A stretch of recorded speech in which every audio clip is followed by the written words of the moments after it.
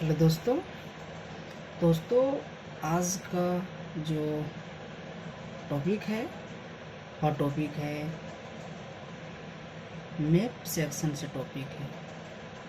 जैसा कि हम पहले कुछ एक वीडियो में देख चुके हैं कि मैप सेक्शन भी हम साथ में लेकर चल रहे हैं। तो आज मैप सेक्शन में आज जो टॉपिक हमने लिया है वह टॉपिक है नॉर्थ अमेरिका से संबंधित है। नॉर्थ अमेरिका के वे महत्वपूर्ण आइलैंड्स, पेनिनसुला, बे, गल्फ जो पैसिफिक ओशियन में अवस्थित हैं, हम उसके बारे में आज चर्चा करेंगे। देखेंगे कि कहाँ कहाँ उसकी अवस्थिति है। केवल इसमें एक सेंस डेवलप करने का काम कर रहे हैं। ठीक है, चलिए हम बारीकी से देखते हैं। अगर नॉर्थ अमेरिका के अब क्लॉकवाइज को अब विजुलाइज कर पा रहे हैं तो आप देख समझेंगे कि जो हम गल्फ ऑफ पनामा से चालू करेंगे। गल्फ ऑफ पनामा जो है यह नॉर्थ अमेरिका के सबसे दक्षिणी एक पनामा देश भी, और उसी देश के नाम पर इस गल्फ का नाम रखा गया, गल्फ ऑफ पनामा।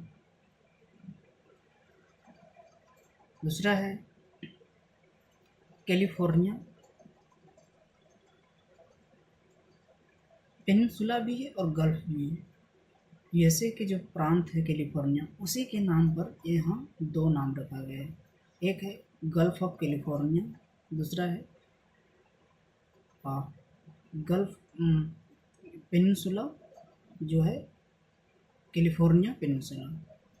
ठीक है, फिर आप कनाडा और अमेरिका की सीमा पर जो Pacific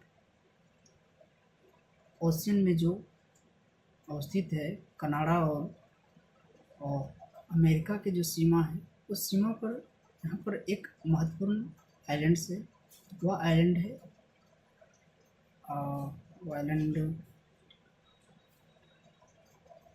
Vancouver island.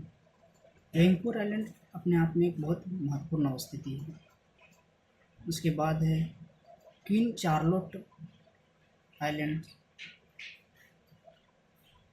Queen Charlotte islands के नॉर्थ में अगर देखें तो अलेक्जेंडर आर्किपिलागो, जिसे ग्रुप ऑफ आइलैंड्स कहते हैं, अर्थात जो अलेक्जेंडर आर्किपिलागो है यह कई आइलैंड्स के मिलने से बना है, इसको इसलिए ग्रुप ऑफ आइलैंड्स कहते हैं।